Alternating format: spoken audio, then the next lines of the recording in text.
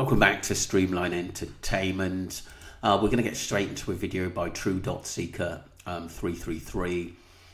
She's talking about her current theory on Jay Slater. Also, Lee Tabera was mentioned. Let's get straight into this. Guys, good afternoon. How's everyone doing? I hope you're all having a lovely day. Thank you so much to everyone who's left comments on my videos. I really appreciate your feedback because you are the people, you know, power to the people, and your voice is as important as anyone else's, so thank you very much. So yesterday I did say I would do my current theory on the Jay Slater case, and that is what I'm going to try and do in this video. I wish I had not watched True Crime 1111, to be honest with you, but I have, and I can't help but think that, my God, that woman is just amazing, honestly. She's solved cases before. I've always loved her. And I just think she's incredible. Yeah, do go and subscribe to True Crime 1111. We do talk to each other. She's very inspirational, and she makes you think outside the box as well. And she truly wants justice for Jay Slater. And it is a pleasure sort of working alongside her, and we both have our own theories on this case, but it's just brilliant to have sort of more support, because like I said, a lot of people have dropped off about the Jay Slater case. Like, as a detective, if I ever go missing, I want her on the case. So yeah, bearing in mind, I can't help but have seen that, and it has influenced me massively, but I do know a lot about what she was kind of talking about because I've kind of watched her all the way through this case. So basically, I think Jay was definitely spiked that night. I'm not too sure what night it happened on. It could have even been the day before that he got reported missing. And I think that, yeah, he was spiked in the club by those guys. I think it was all a plan. I do feel like, I can't help but feel like it was a revenge attack still linked to TH. I know they're saying that Bradley is actually the one that was planting stuff in Jay's bag, allegedly, and you can see it so clearly caught on camera. But there's a possibility something could be slipped into Jay's bag that wasn't his, and it caused an altercation with another group. That could possibly happen. A watch was never reported stolen, and this is one of the problems. And yeah, it could have been owned by someone who's gangland who doesn't want to be known by the police. That is possible too. I think basically they work for a criminal gang that does still has, I've said it so many times on here before, their collateral is watches and bitcoins.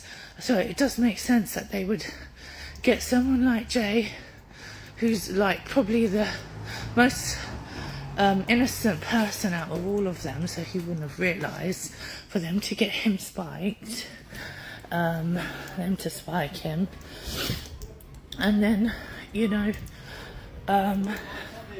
if someone had seen or someone told them, maybe Lucy had gone and told TH, oh, well, there's this in Jay's bag, like, you know, if you want to get revenge, now's your chance, babe.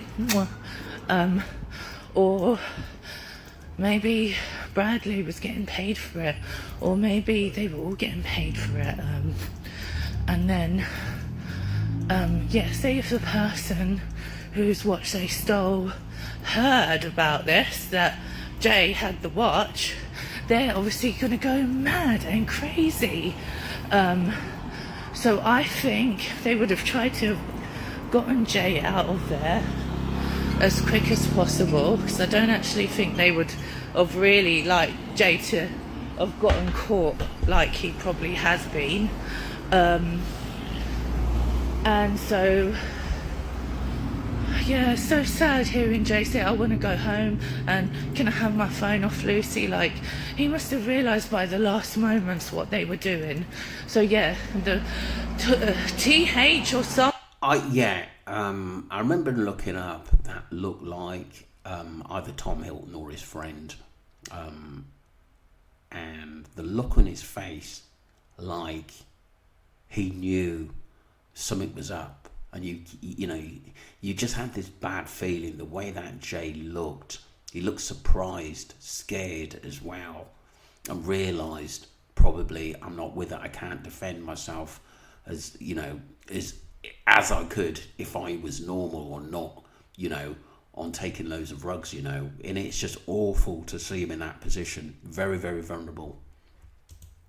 Someone in this group, because we've established that these are not Jay's real friends, to have set him up in such a way like this, could have alerted anyone to let them know what's happened. And then that person could have went after Jay. Maybe that's why he was escaped running around town like so confused, not realising what's happened. But what I don't understand is that if he was so heavily spiked, right, there's no chance on hell that he stole the watch. And it does, this theory matches up with the Snapchat pictures of them trying to make out that Jay stole an AP watch. It all links together, and that's why I really feel like there's a lot of credibility in believing that Jay was set up. I mean, who would get themselves into a state like that? And whose friends would... I mean, look, in this case, everything is possible. Everything is possible. I think the majority of people would say that it was just a bit of a curveball to send us in the wrong direction. I mean, like I said, they've taken his phone off him.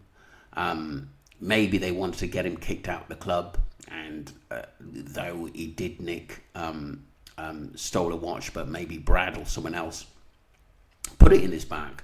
That is possible. We can't say that just didn't happen. It's possible, but like I said, it still doesn't tell us really what happened to Jay when he left that club. Yes, we've got our theories.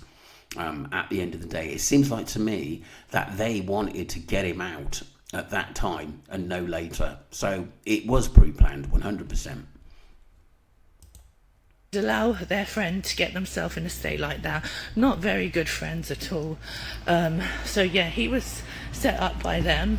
Now, their little game plan, I remember True Crime 1111 ages ago showing this watch about Peter Potter. And Paper he was Potter. basically talking about how he loves all these different types of watches and how, and I remember thinking, like, you're not Jay-Z. Where are you getting the money from to get these, love this kind of watch, I know he's a rapper, but I don't think he's like Eminem or anything like that. So, yeah, I remember thinking, wow, that's bizarre. And it matches up with the Snapchats, because I don't believe for 1 second Jay sent the Snapchats. It just means that Jay was really, really betrayed. And that's... Yeah, because what we've got to think of is that whoever had his phone was controlling the narrative and putting stuff out there, which even Jay's friends back home thought it was off key, and putting that on a Facebook group back home that he's taken an AP watch or whatever, a Rolex, whatever it was. And this went on for ages, and it was a story. And that it's only when people got more information, they didn't really buy into it, because it was just to get us off what really happened to Jay. And this is the most important. There is a theories. Like I said, this could have happened, but I don't think Jay was could steal a watch or was in control of what he was doing at that time. I think he really started to deteriorate pretty quick. I think after 12:30, when that just after 12:30 in the morning, because we obviously had an eyewitness that said he was dancing, having fun. But you know what worries me the most is that how many people were concentrating on him, and Brad was videoing him. So if Brad, one of his best mates, supposedly videoing him, why hasn't he put these videos out and saying, look, my mate was like this at this time? Nothing. Absolutely nothing.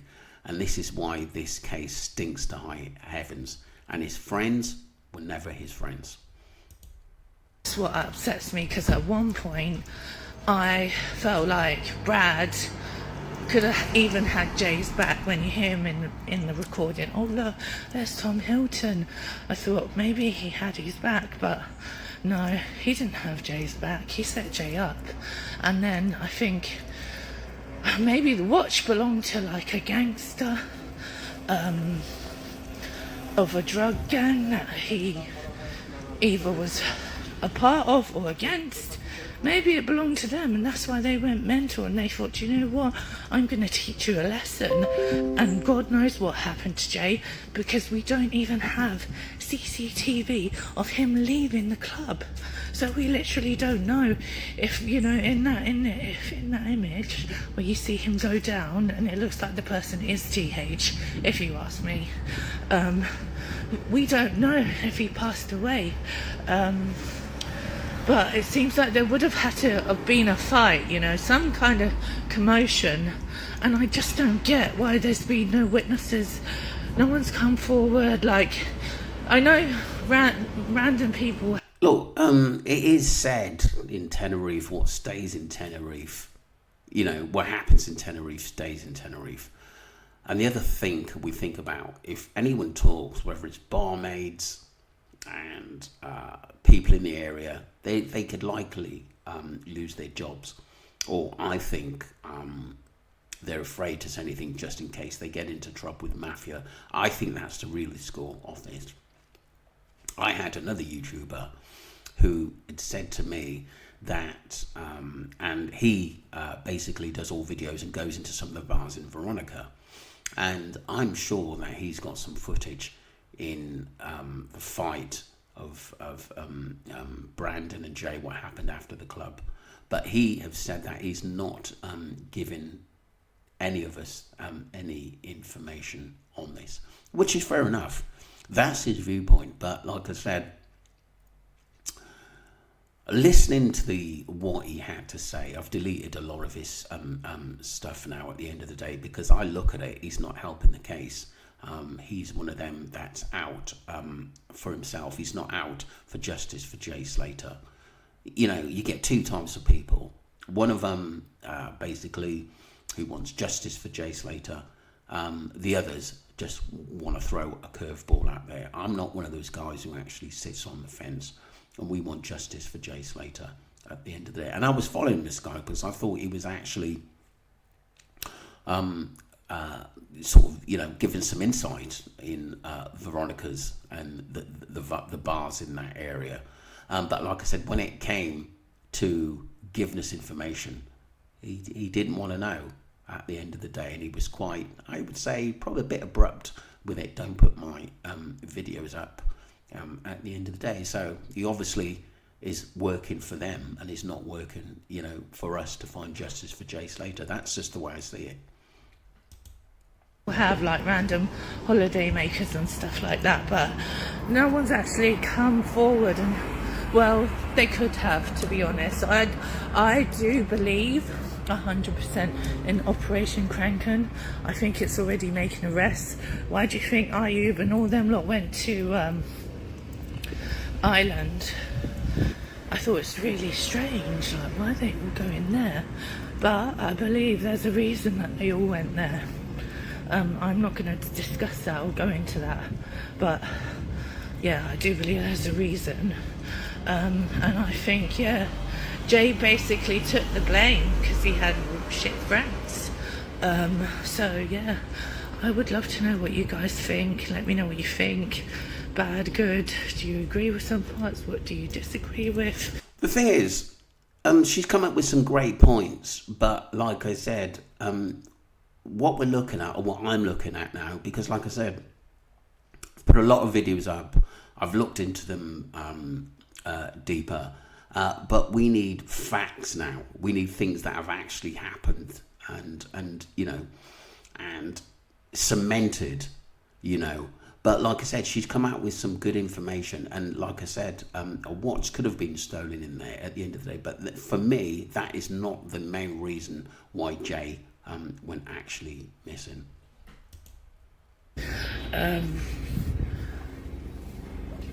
Yeah. And I do also think, I'm going to be honest with you, loads of people have said it, not just me, so I'm not creating mass hysteria, but I have heard allegedly Jay could be alive still. And, you know, gangs do kidnap people. It happens all the time. And also, some of the CCTV suggests that Jay was alive after he disappeared. So it really is the Spanish authorities here that are just really just so corrupt on a massive level. We've heard that even by ex-CID over here, who was talking on the news about the Spanish police love a backhander. We've heard of that before. I personally don't think Jay is alive, and I just think that is a theory for people to delve into and keep their minds off the truth. I always said I believe the early stuff was the most important stuff, and probably true to this case. There's you can easily go off track. I've done it quite a few times, people, but I'm not doing it again. I'm just sticking with facts that we're happy with, and that we we're a high percentage. We know that went on, and there were a few eyewitnesses, which I've brought up this week, and someone seeing Jay having a good time round about 20 past 12 in the morning, and he was alright at that time. And then obviously we have the guy who said that they saw Jay being carried off by two guys outside, two Marley boys. And we've listened to this time and time again, but what we do need now is some actual true facts, and I hope this information does come out sooner rather than later. And they've actually concealed what's happened. Isn't that a crime in the human court in the I forgot what it's called, the human rights courts of justice, something like that. Like, I just can't believe it. But then I do have faith in Operation Kraken, and I think things like this, they have to be worked undercover. Do you know what I mean? So yeah, that's my theory. Sorry, it's a long one. Yeah, that was brilliant. Do go and subscribe on TikTok to truth.seekers333.